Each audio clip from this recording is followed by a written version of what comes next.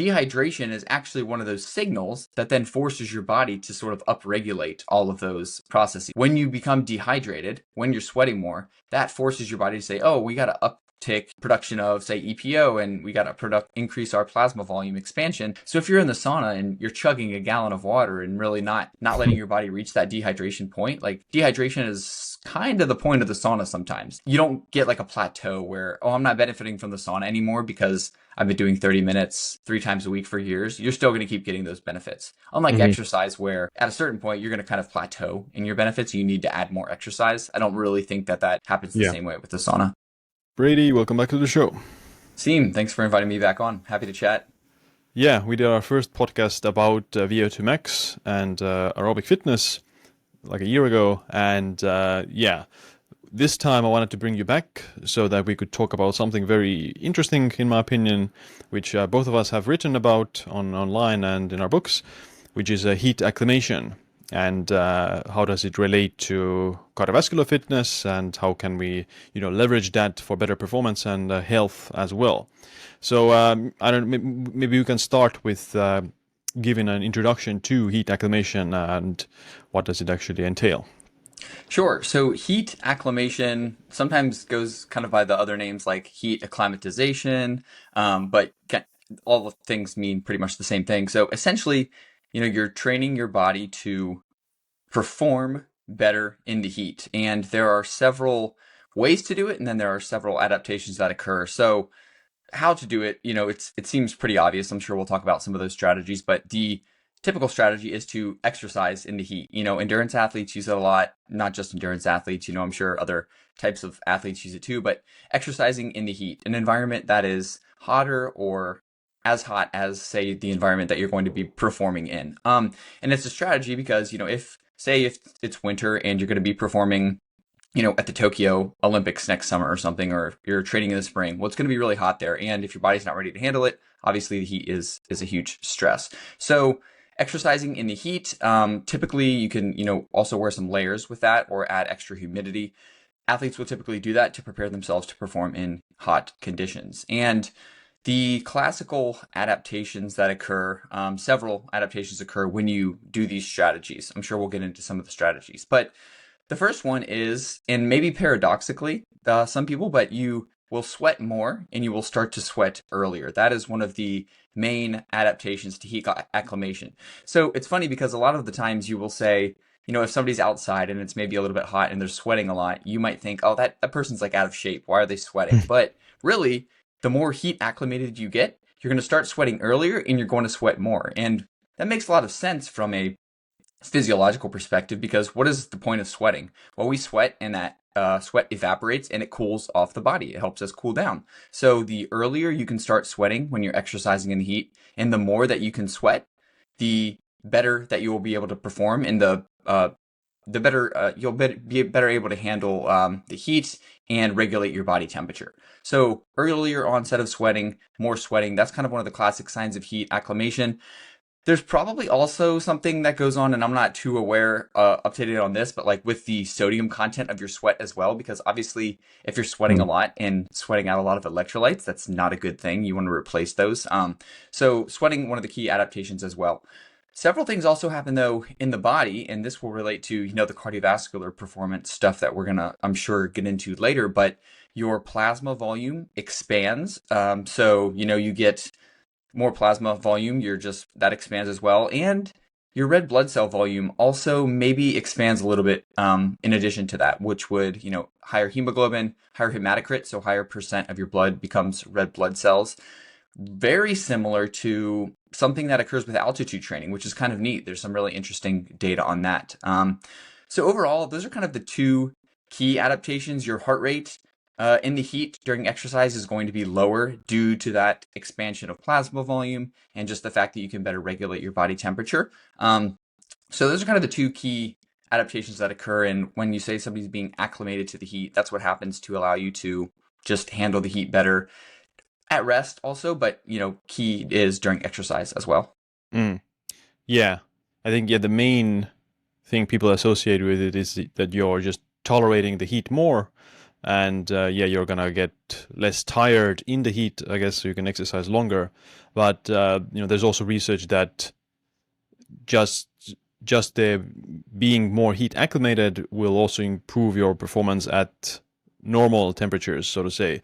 Because one of the things that I guess limits your performance is your rising body temperature. And if you're more heat tolerant, then that, first of all, you will delay that rising body temperature.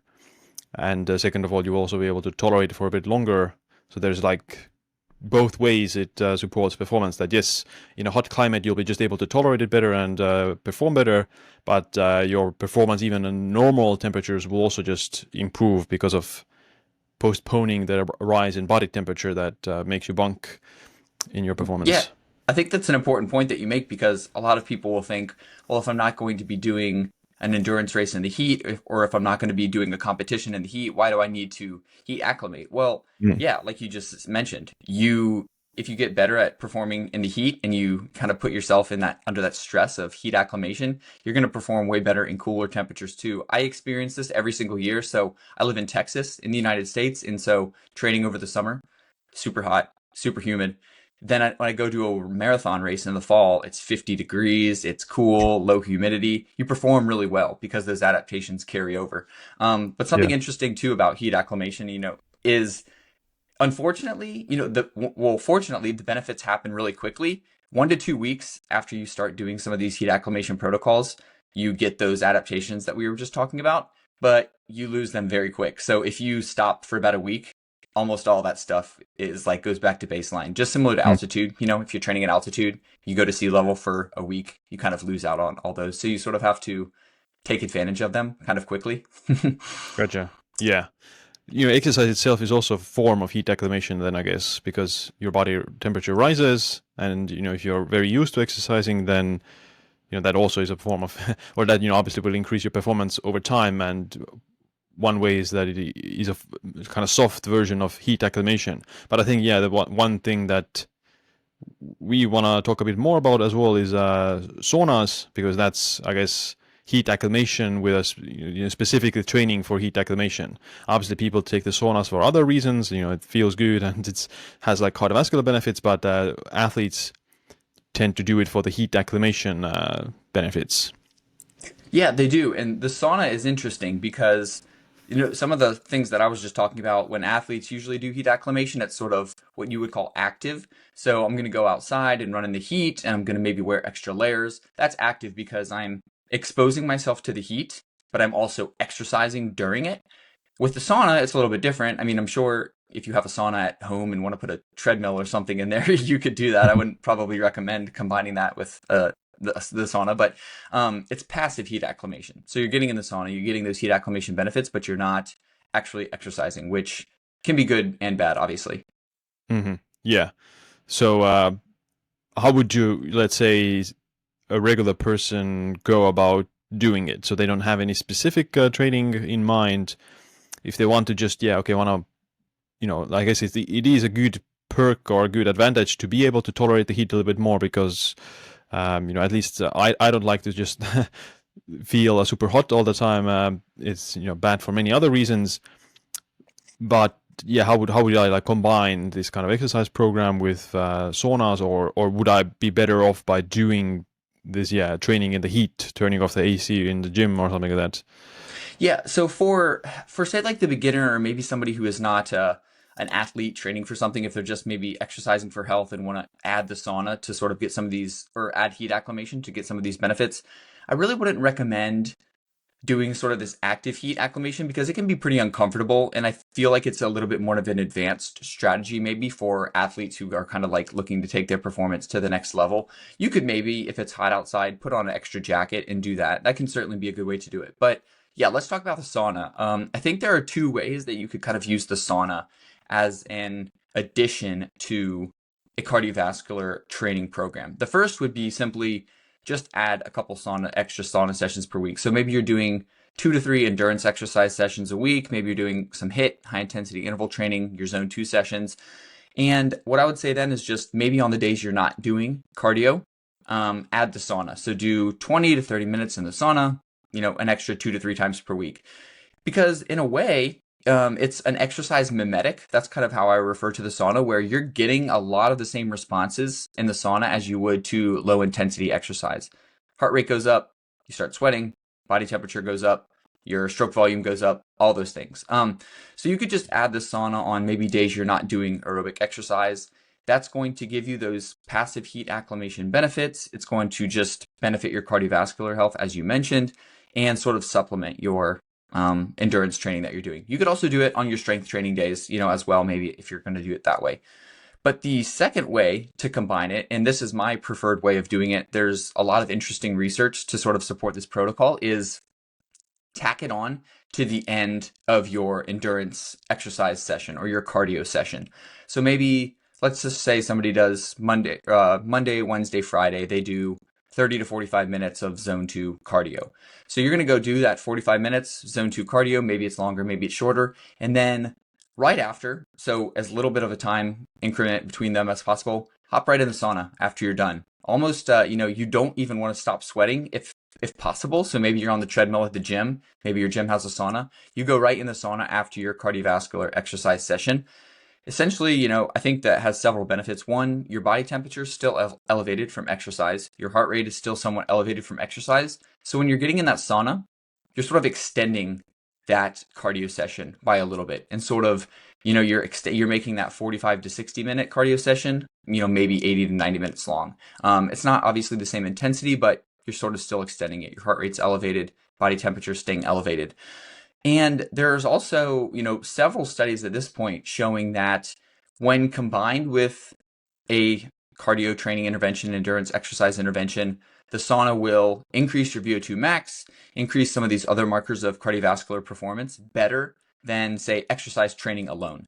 So it's addition, and it's giving you that extra boost without actually stressing the body more. Obviously, you could just run more. You could run 90 minutes, but a lot of people, maybe you're maxed out. Maybe you just can't exercise anymore and you don't want to risk getting injured, but you do sort of want those cardiovascular benefits. I think that's what the sauna is really good for. And I do that, especially when the temperatures kind of start to drop. I'll do that 2 to 3 times a week. I'll run to the gym, get in the sauna right after my run, and finish that way. So somebody told me there was like a word, maybe a Swedish phrase for the sauna called like Lenki sauna or something. There was like a name for it. It basically meant sauna after a run, which I kind of liked. So I don't know if that really exists. Maybe they made it up, but I thought that was a Yeah. cool phrase. I want to take a quick break to let you know about my favorite wellness devices, which are the Bond Charge red light therapy devices. You've probably seen many of your favorite longevity influencers using these red light therapy devices, but do they actually work? Yes, they do. Red light therapy has been shown to have many benefits on skin anti-aging, hormone optimization, pain management, and even exercise performance. I use my device every day for 15 minutes, especially during the winter months when there's not much sunlight. It increases my energy in the morning and makes my skin glow. Just check out the testimonials on the Bond Charge website for the before and after pictures of other people. Most red light therapy devices don't have the right wavelengths of light, which might mean you're not getting the claimed benefits. Bond Charge uses the exact wavelengths of light used in research, and they also have near-infrared light that's beneficial to the joints. Head over to bondcharge.com and use the code SIIM, S-I-I-M, for a 15% discount. Yeah, I guess the sauna is like passive exercise that it obviously doesn't involve active muscle contraction, but it is a good cardiovascular workout. So you're getting a lot of minor of these small amount of these additional benefits from that. And yeah, I guess it's like almost like even blood flow restriction training that, you're getting benefits with less effort compared to like actual workout. Yeah, I would agree. And, it is obviously the sauna is a stress. I don't think it's not free lunch. You can't just do as much sauna as possible and gain all these benefits, especially for athletes. And I'm wary of this myself, where if you do too much sauna, you can certainly, literally, I guess, and metaphorically burn yourself out. You can really do too much. And so you have to be wary of doing too much sauna on top of your training. But I think as an additional 2 to 3 sessions per week, you're not elevating your injury risk. You're not increasing impact of extra running, extra cycling, or something like that, but you're getting these extra benefits. Yeah.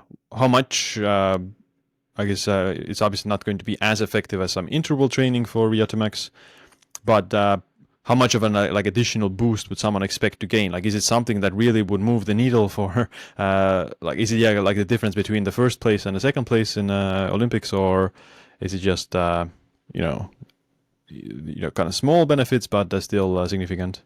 Yeah, potentially. I think, some of the studies, what they're showing is like a 2 to 3 mLs per kg per minute increase in VO2 max above what you're going to get with training. So, with training, say 8 to 12 weeks, you can maybe improve your VO2 max by 4 to 5 mLs per kg. That sauna might get you an extra 2 to 3 mLs per kg per minute, which is significant. Mm. And I think, VO2 max is obviously an important component, and a lot of people are striving to sort of optimize that. But a lot of these studies also will show that even if VO2 max doesn't increase, if runners or endurance athletes use the sauna, they perform better in the heat if they combine it with their training, but they also perform better in temperate conditions, so cool conditions, if they add the sauna to their training. Gotcha. So I guess yeah, it adds still extra benefits. But yeah, in the heat acclimation scenario, because the sauna is a lot hotter than outside air, even unless someone is running in some sort of really extreme heat. Because most saunas are going to be, let's say, 70 degrees Mhm. Celsius. There's not never going to be a situation outside where you'll be at 70 degrees Celsius. Um, but doing the exercise, your body temperature does rise. So I guess the question is, which one is better for the heat acclimation training? Is the sitting in a sauna not exercising, or is it outside in a heat exercising, which raises your body temperature? Which one is better for like getting the heat acclimation, heat adaptation benefits? Yeah, that's a really good question. I would probably tend to favor the active heat acclimation because you're simulating more so what you're going to be doing. I mean, if you're trying to heat acclimate for a certain reason, say to Mm. perform, maybe you have a race, a marathon that you're going to run in a hot environment, then I think that active heat acclimation does a little bit better because you're forcing your body to perform well under stress. The muscles are contracting, you're running, and you're getting that heat stress. So it may not be as hot as the sauna. But if your goal is actually performance, I think the active heat acclimation is a little bit better. But if you're kind of just interested maybe then in the health benefits and maybe making your exercise feel a little bit easier, then, the passive could also be a good idea. Gotcha. Yeah, I guess it's one of the similar to the question of why do athletes do a lot of zone two. A lot of it is because of it is less stressful on the nervous system, and that they can do more of it without overtraining. Mhm. And I guess a similar scenario is with the sauna that, yes, obviously too much sauna can be harmful, but, training in the desert in extreme heat is still significantly more stressful to you than being in the sauna. So I guess it's like a one way of stacking additional heat acclimation hours under your belt during the training. Right, exactly. I would not recommend, if you're somebody who wants to actually improve your performance, the number one way to do that is obviously to train more. I don't think Right. it's, the sauna is exactly going to give you 30 minutes of sauna is not 30 minutes of exercise. But if you're somebody who, yeah, I've kind of reached the limit as to how much I can exercise in a week, and I really don't want to say run more, then yes, I think that's kind of where the sauna comes into play. If you're Mm. sort of maxed out in terms of, I'm just not going to like do any more minutes of exercise. hmm What about like the recovery and injury perspective? So there was actually some recent studies with saunas after exercise helping with muscle strength specifically, and so like muscle growth as well as recovery. So have you noticed anything yourself when doing the sauna about that? Like, are you recovering faster? Are you recovering faster from injuries and just overtraining? And what's your like take on the research about it? The recovery aspect is really interesting. That's one of actually the main reasons why I will use the sauna. If I have a recovery day where I'm not running or something like that, I'll go in the sauna for 30 minutes and then just an additional couple days per week going in there. I do feel like it helps recovery because it's an active form of recovery. Again, you're getting the increase in blood flow, so you're getting kind of circulating things around, flushing things out. I hate the word flushing. It's not really that physiological, but feels like that's happening. But you're getting the blood flow mainly, and you're forcing your heart to kind of pump blood throughout the body. So I think there's a huge recovery aspect to the sauna. The strength stuff is interesting because there are several studies showing that the sauna may have somewhat of an anabolic effect where similar to using it after a cardio session, using it after strength training might increase muscle protein synthesis, And overall, I mean, it kind of makes sense because you're getting this increase in blood flow. So you're delivering more nutrients to the muscle, you're, circulating amino acids, and so you're just going to get this greater anabolic response, which I think is very interesting. Also anti-catabolic effects too, though. So if you are injured, say, Mhm. um, using the sauna appears to have this effect on reducing like muscle protein breakdown. So if you're trying to maintain your strength, maybe if you're injured or if you're not as active as you might want to be, I think using the sauna, because like the heat shock proteins and other things that are elevated when you're in the sauna, they kind of work to counteract, maybe some muscle breakdown. So I think that's super cool. And yes, definitely sauna for recovery, one of my favorite modalities as well.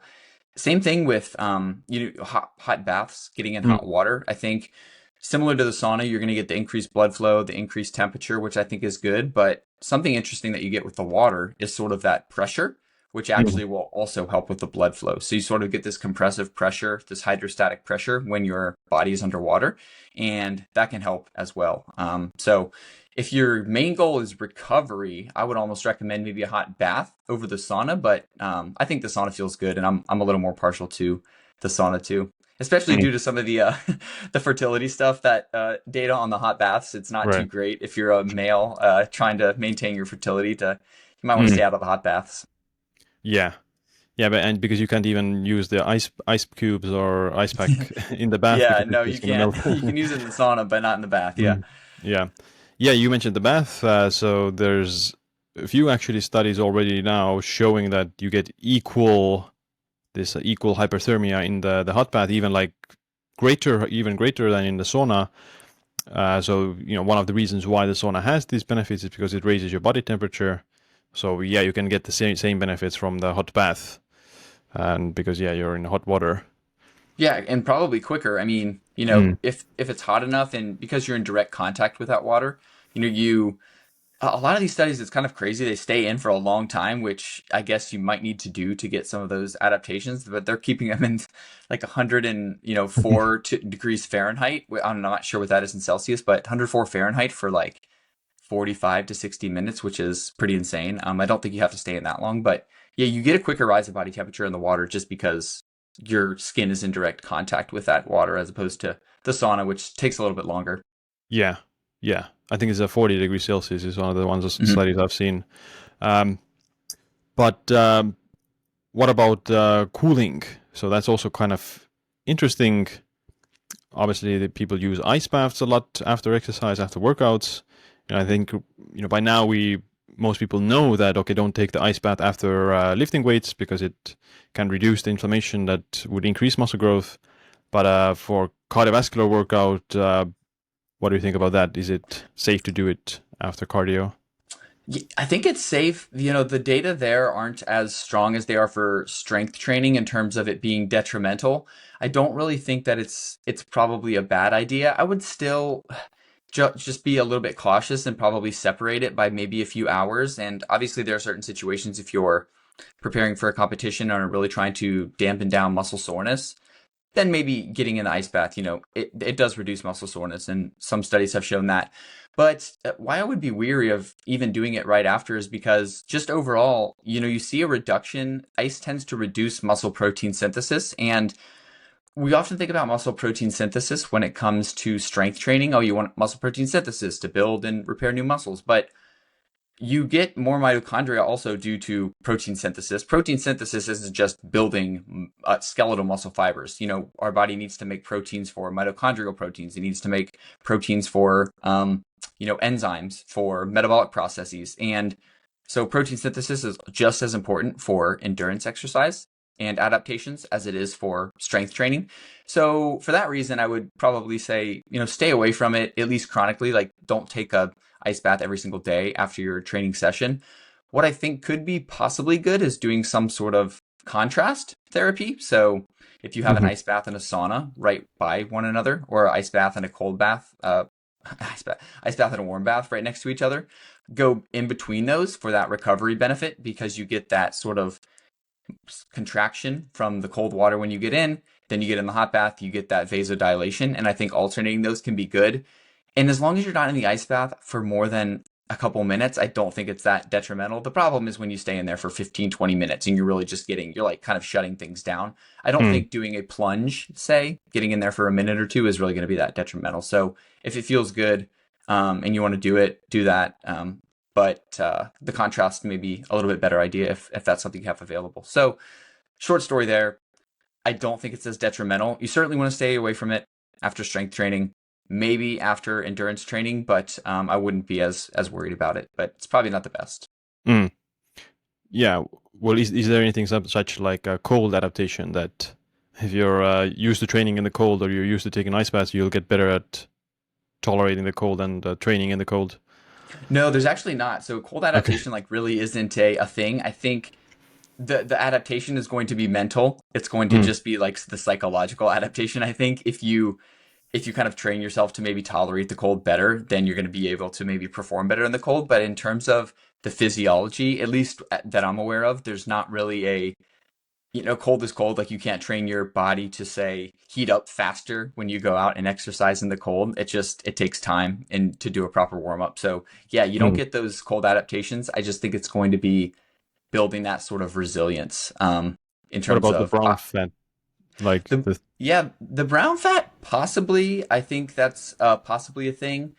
That's one of the reasons actually why sometimes they say there are a few studies showing maybe doing cold after endurance training may help because it kind of enhances this mitochondrial biogenesis in brown fat. But yeah, I'm not too aware. I guess it's speculative. You might be able to expect something better there if you do have brown fat and your body's sort of producing this passive heat, this that's uncoupled to energy expenditure in the cold. You could maybe tolerate it more, but yeah, not too aware of much there, and I don't think it's certainly not as strong as like what happens with heat acclimation. mm, yeah. Well, there's also interesting research about cold exposure, like or cooling down the body during exercise and before that, because as I alluded earlier, your body temperature rising is one of the reasons you hit the wall or your performance declines. So you overheat during exercise, and cooling it down actively during the exercise has some performance enhancing benefits. Yeah, definitely. I think there's this whole idea, and I posted something about this a little while ago, where I've heard some people say, don't take the ice bath after exercise. Obviously, it's not good, but maybe you want to take it beforehand. And I guess if you're just getting in there for a few seconds to sort of wake yourself up and maybe get this Mm, spike of adrenaline, I think that yeah. makes sense. But the before exercise, what does everybody do to perform better and reduce injury risk? You do a warm up because your muscles perform optimally at a certain higher temperature. So Hmm. if you're doing cold for several minutes before exercise, you're cooling down your body, but your skeletal muscles are going to be cold. It's just going to take you longer to warm up. So that doesn't Mm, really make much sense to me. But doing pre-cooling with some of these strategies where it's directly like targeted cooling, I think is obviously a performance enhancing strategy. So for a lot of these endurance events, ultra marathons, you'll see runners wearing vests with ice packs on them. You'll see them wearing ice packs on their head or putting ice in their hat. I think all of those work, obviously, using a fan, just blowing, your body and cooling it down. So that would be referred to as pre-cooling, and that certainly works. And then during as well, there are several strategies you can do. Drinking cold water, obviously, putting ice on your head and continuing to do that, or just dumping water on your body helps as well. And I think, though, there's some good evidence that there are certain places on the body that actually are more beneficial to cool because they will kind of transmit that cool to the rest of the body and lower your core body temperature. And those areas appear to be the palms of your hands, the soles of your feet, which obviously would be kind of hard to maybe do during exercise, and then like the back of your neck and your forehead. So there are all these different, like four different places where if you apply cool to those places, especially like the hands, you'll sort of get this whole body reduction in mm, not only perceived temperature, but maybe actual temperature. And so obviously if you perceive temperature, if you perceive to be more comfortable, you're going to perform better. So yeah, the strategies for cooling certainly help. The problem there is implementation. Obviously it's a little bit hard to carry these things if you're out exercising, you have to plan ahead, but yeah, they certainly work and they definitely improve performance. mm. Yeah, it's this glabrous type of skin, so Yes. in the forehead and the palms of your feet and soles of your feet that you're very heat conductive, and yeah, you can cool down your entire body or warm it up much faster by just targeting those areas. Yeah. Um, Yeah, I know there was somebody who was on Dr. Andrew Huberman's podcast was talking about something they were developing at Stanford, these cooling gloves, I think mm, that they were going to use. And I've thought about like doing that during like one of my next races, maybe like putting a pair of gloves in a ice pack mm, or something before I start and then popping them on. I don't know if it would work. I actually have this headband that this company sent me. It's made of graphite, and so you put it around your head, and during exercise you just dump water on it, and it will mm, actually the water evaporates from the headband and it cools you down. It's pretty neat. A lot of triathletes use it, and it works pretty well. You just get this crazy like cooling sensation on your forehead that feels really good, and it mm-hmm, kind of reduces your perception of how hot it is. mm. Yeah, there's also these like migraine caps we have at home ourselves.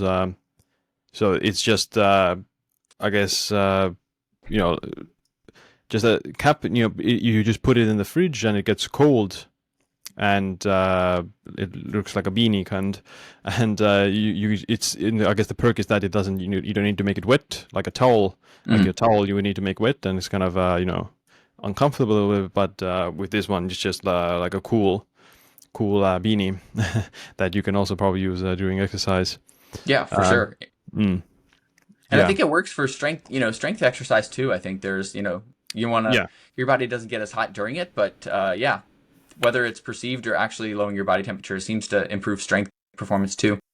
yeah. There's like some studies where they pre-cool the palms, and they're able to do like more pull-ups or more bench press with the weight, which is kind of interesting. Yeah, very neat. Is there any like specific timing of with the heat acclimation? And I'm referring more to you mentioned earlier that the adaptations go away quite fast if you stop doing it. So what is like the timing protocol of, okay, if someone is trying to time it for some specific event, or if just someone does it for the health benefits, should they just keep doing it throughout the year without breaks? What's kind of that protocol in your opinion? Yeah, so for performance, there's definitely, I think you want to take timing into account. So as I mentioned, the adaptations kind of start to occur pretty quickly. So if you start, after your first two sessions, you're going to start to get the rise in plasma volume. You're going to start to get those, the earlier onset of sweating. You're going to start to get the increase in, red blood cells. All of that happens probably within, it starts within the first couple sessions. I mean, you get this acute rise. So just one session of the sauna or heat acclimation, you get kind of a rise in EPO, you get a rise in all these things that are going to help you acclimate better. But within 1 to 2 weeks, you're kind of really start to get those potent adaptations there. The timeline of losing it is probably about the same. And I would say even after a week of stopping doing it, you're sort of going to start to lose some of those adaptations. So what I would recommend is that if you are somebody preparing for an event, again, even if you're preparing for an event that's in cool weather or if it's in hot weather, I think it kind of stands the same. I would say do your last heat acclimation session 3 to 5 days out from it, maybe even 2 to 3 days out from it. I know before my marathon last year, I did a hot bath, I think 2 or 3 days before the marathon. You don't want to do it the day before because that's just the added extra stress, let your body rest. But 2 to 3 days before, do your last big heat acclimation session, and then that should carry you over. But you certainly don't want to stop it 2 weeks out and then not do anything because you will lose out on those adaptations. So I would time Gotcha. it, as close to you can. Don't do it as close as you can. Don't do it the day before, but 2 to 3 days before. Just keep doing your acclimation sessions up to then, and then perform. Mm, For the general health benefits, do it all the time. It's a chronic thing, right? You don't, because the benefits subside so quickly. I would just say if you're doing it for health, if you just want overall to benefit your cardiovascular health and your performance and just a sustainable habit, yeah, I would just do it. Not every day, but do it every week, however often you do that, and just don't stop. Similar to kind of, like taking supplements, you just take it all the right. time.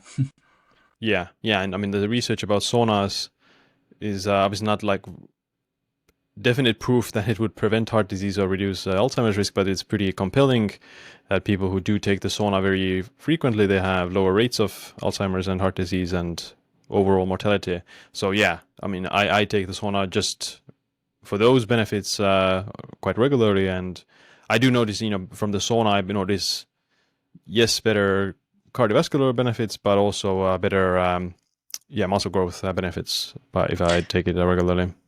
Yeah, I know there's a lot of pushback, when people talk about those epidemiological studies on the Mm. sauna with dementia and Alzheimer's. I mean, I think the evidence is so consistent and you kind of get the dose response relationships and all that, which sort of strengthens that evidence. But when we also just look at the physiology of the sauna and why it might Right. help, I mean, it is nobody's arguing that exercise isn't good for preventing dementia, preventing Alzheimer's disease, for improving cardiovascular health.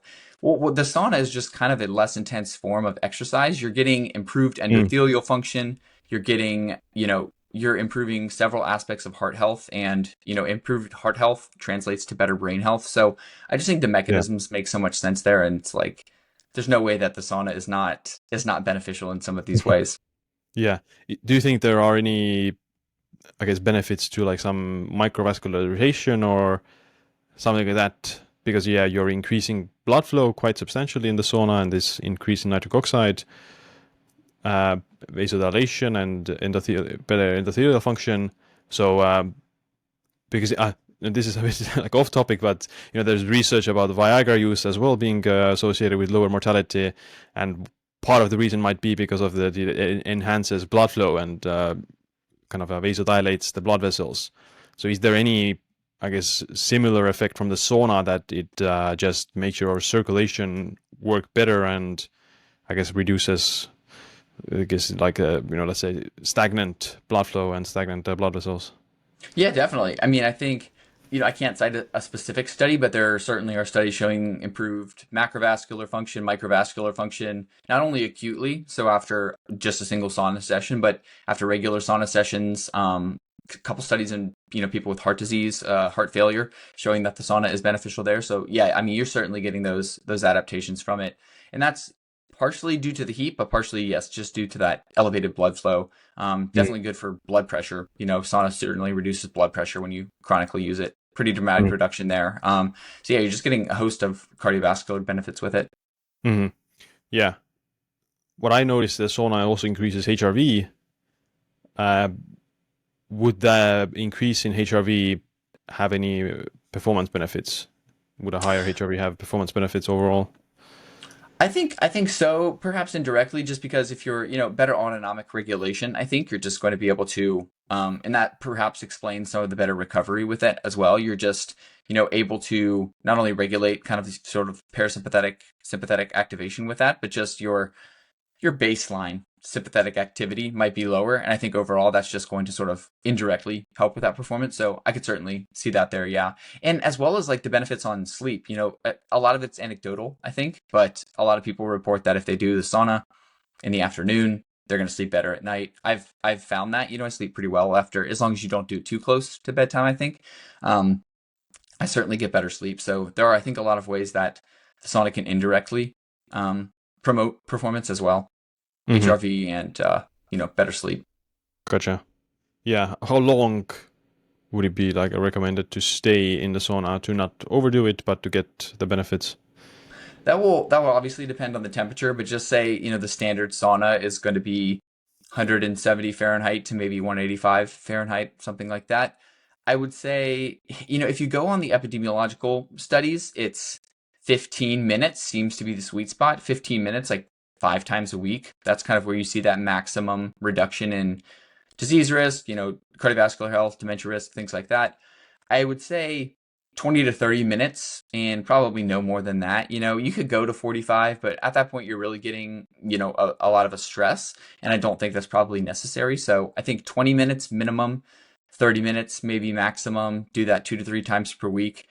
I do definitely think there's a minimum though, and I don't know how you do it when you take the sauna, but I don't start my timer until I start sweating. I think it's cheating if you start the timer right when you get in the sauna. So I like to spend 20 to 30 minutes actually physically sweating. I know a lot of people don't do that, but I just think you kind of want to hit this threshold of body temperature. And not, there's not an exact body temperature, but somewhere, once you hit that threshold, I think is when you kind of start to get those adaptations.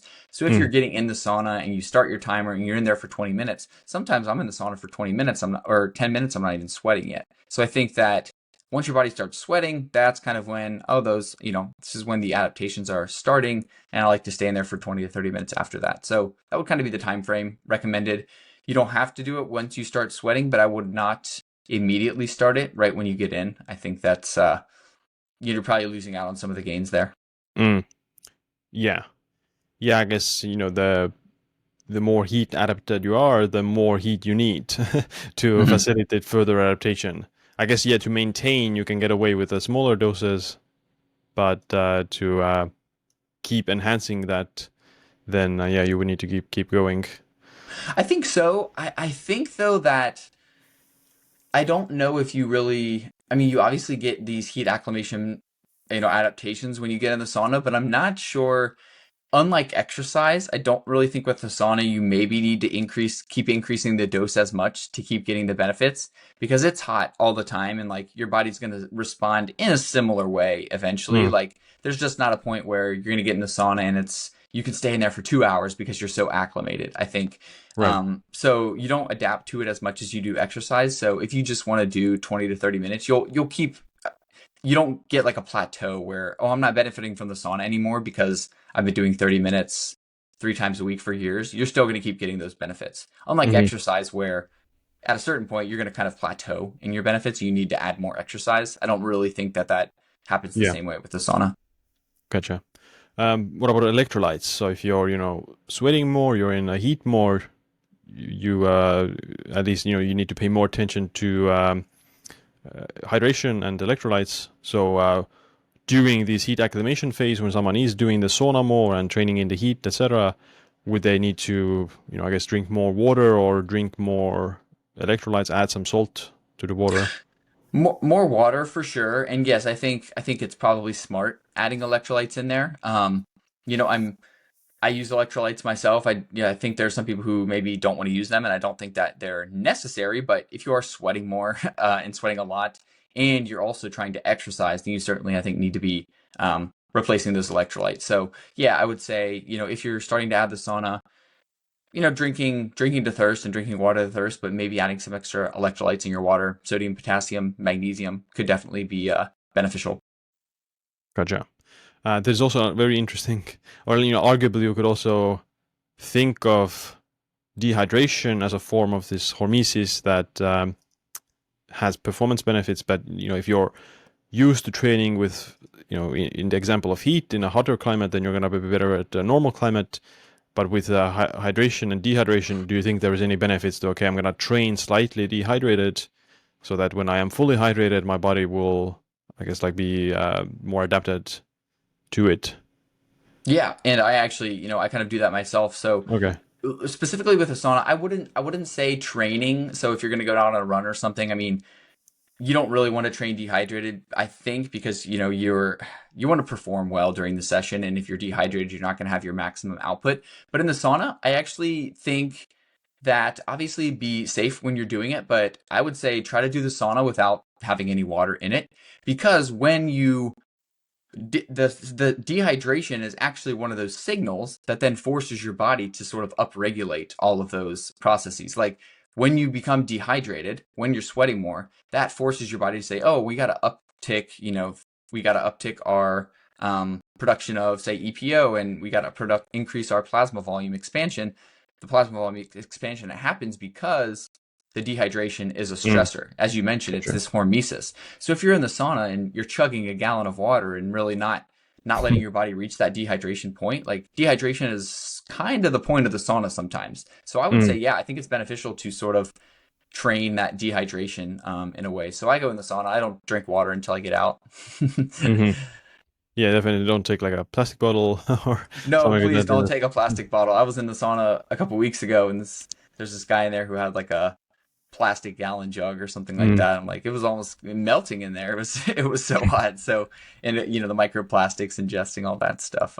You want to avoid that. So yeah, yeah, absolutely. But during the runs, so like, a lot of people do fasted running, fasted cardio for, usually they do it for fat loss, or they think it's gonna be good for fat loss.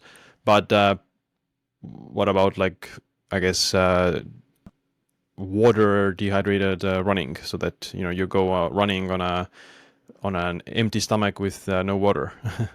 I think it can help, but maybe again more so from the psychological sort of perspective. I mean, you want to conditions aren't always going to be optimal. If you're in a competition or something, you may, not have water stops everywhere. You might not be able to carry water along with you. So I would say you sort of need to train your body and train your mind to perform better, maybe slightly dehydrated. Again, I think it depends on the purpose of the session. I think fasted training has some benefits.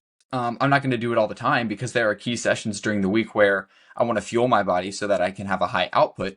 But then there are some sessions where, oh, this is an easy run and it's okay if I'm not optimally fueled. I might do that fasted. So I think the same kind of goes with hydration, where if I'm really looking to perform perfectly during this session, I'm going to adequately hydrate. But if it's one that's, not a session that doesn't have much consequence, you might be okay if you're slightly dehydrated. I mean, if the 2% rule is kind of true, you'll often hear cited that, once you lose 2% of your body weight, that's sort of when performance starts to decline. People look at 2% like it is, a very small number, but that's a lot. If you lose 2% of your body weight in water, I mean, I weigh 68 kilograms, about 146 pounds. So if I lose 2% of my body weight, that's a pretty substantial amount of weight. I mean, that's 3 to 4 pounds of like water. And Mm. so that's pretty substantial. And so it takes a lot to really reach that 2% dehydration. And unless you're exercising for multiple hours in the heat, you may not even like reach that point. Mm-hmm. Gotcha. Yeah. Are there any sex differences between men and women? Should women be more careful with this, or are there no difference? In terms of sort of the heat acclimation type of stuff, Yeah. Yeah, and uh, the dehydration maybe as well. yeah, not that I'm aware of. I mean, there doesn't seem to be, a biological, physiological reason why men and women would want to respond any differently. And so, like not aware of any data to suggest that. So I think women can do heat acclimation stuff just as much and frequently as the same protocol sort of as men. Mm-hmm. Gotcha. Um, but speaking of general longevity, there's we mentioned already these studies on saunas and better health outcomes. Do you think that should like this kind of heat acclimation, whether that be with regular exercise or like this heat adapted exercise or saunas or this dehydration training, does any of them do you think should be, I guess, part of a longevity protocol for regular people? Yeah, I mean, I think certainly exercise should be. That's key. I don't think the sauna is a replacement then for exercise in that aspect, but certainly, we just talked about how they have additive performance benefits, but also additive health benefits. I mean, there's, on the first podcast that you and I did, we talked all about the association of VO2 max with longevity. So if someone is truly looking to optimize their VO2 max, well, I think that combining exercise with sauna is probably the best way to do that. So yes, you can get an extra, increasing your VO2 max, which, theoretically could then kind of improve your longevity, but also just the additive benefits on just some of this physiology that we talked about. So, I mean, cardiovascular health, cardiovascular disease is like the number one detractor of longevity. It's what most people die of. So improving cardiovascular health by combining those modalities, I think could be also another strategy. So I think that a lot of people don't have access to the sauna, but many people do. So I think combining it with exercise is sort of this awesome longevity protocol. Or again, if you don't have the sauna and have access to a hot bath, you could combine exercise with the hot bath sort of in a similar way. I just think overall it's helping you kind of get more out of the exercise routine that you have, whether that's strength or endurance training. And so, yeah, it's not all about performance for some people. They just want to live longer and live better. But I think combining the two can help people do that. Mm, yeah. Uh, I guess. What about the cold? I guess my impression of the cold research is that there's much less longevity research about the cold than for the sauna. Yeah, there really isn't. And anything that I've seen is kind of in mouse models of cold. We certainly don't have any data on people who regularly, and just because maybe it's a newer phenomenon, but people who regularly do ice baths or cold plunges, is there this association with longevity? We don't have that data like we do for the sauna, so it's kind of speculation.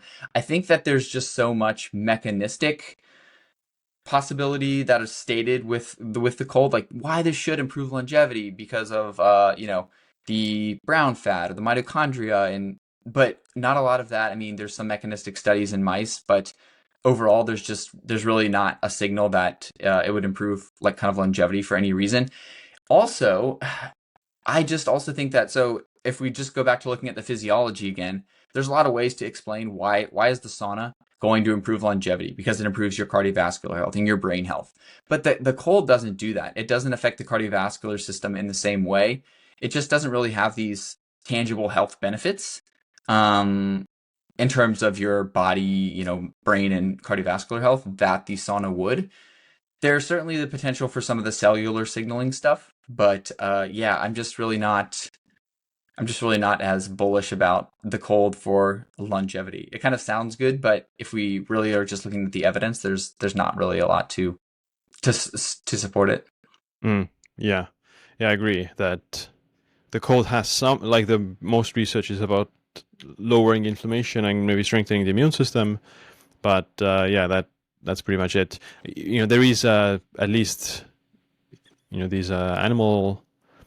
I guess if you look at one of the longest living animals in the world, then there are these cold living sea animals like whales. There was actually a recent study on these bowhead whales that they have this very efficient DNA repair Hmm. through one of the cold shock proteins, which pretty much reduces their DNA mutations and helps with DNA repair. So that I mean, there's hypothetically some benefits to lower living temperatures, but yeah, the human research right now is much more limited. Well, I think a colder living temperature makes sense, but I don't think Mm, that regularly taking cold baths is going to mean that you're walking around at a lower body temperature. I think the only way to do that would probably be through chronic caloric restriction or something like right. that. I know Brian Johnson is, he said he's like lowered his average body temperature by like 2 degrees Fahrenheit or something like that. So yeah, if you're colder throughout life, if you have a suppressed metabolism, that potentially has a longevity benefit. But again, to get there, you have to, eat Mm. 500 calories a day and be cold all the time and have suppressed thyroid. So I'm not sure that's like the best way to live either. Yeah, but what about then like living in a warmer temperature? Would that be then harmful? What do you think? Or would Yeah, it? so it's interesting you say that because there actually are, just said there was no evidence, but there is some data that people living in colder climates actually live longer than people living in warmer climates. But there's a little bit of confounding there with regards to, socioeconomic kind of things. A lot of the warmer climates are closer to the equator where you don't get maybe nations that are, as developed with a better healthcare. So there's some confounding variables there. But yeah, I think living in a colder place, certainly there's an association with Mm. longevity.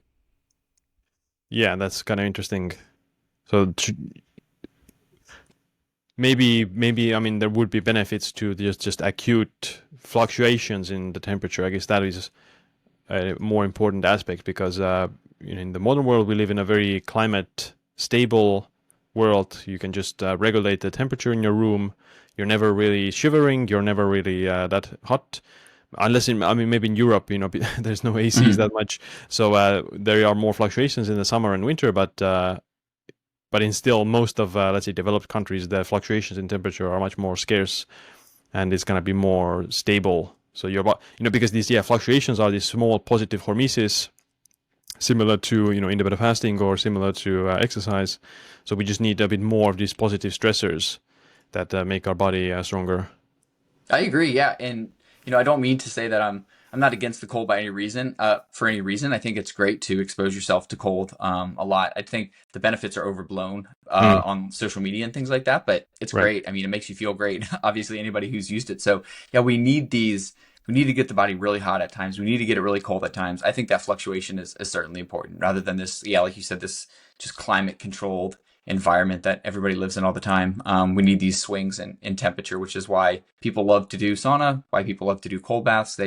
make us feel good. And they Mm. definitely, it has some benefits as well. Gotcha. Um, what are you, let's say, otherwise thinking should be done more in this area, like let's say sauna research or heat acclimation research or something like that? Yeah, I'm pretty interested these days in, we talked a little bit about the hot baths, but there's just, I would like to see more research just on the additive effects on performance. Like, there's some data out there, but it's not very strong with regards to endurance training or strength training.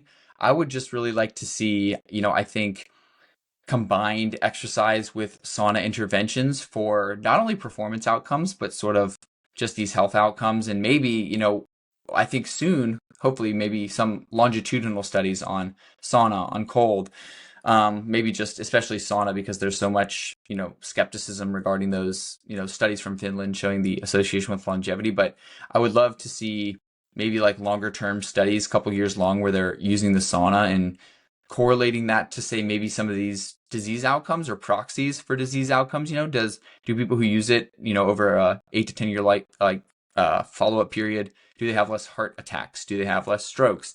I think if we have data like that to support the sauna, it would sort of, it would strengthen kind of the evidence that we already have. So I would love to see that. But for me personally, I'm really interested in like, can we use the sauna as sort of this add-on to strength training, to endurance exercise, to get some of these benefits? Because there's a few studies out there, but I would like to see more in trained people, but also just general people training for health. I think I would like to see more of that. So hopefully some of those studies are being done.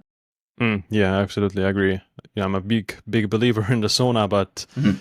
some of the skeptics would like to get some more higher quality studies.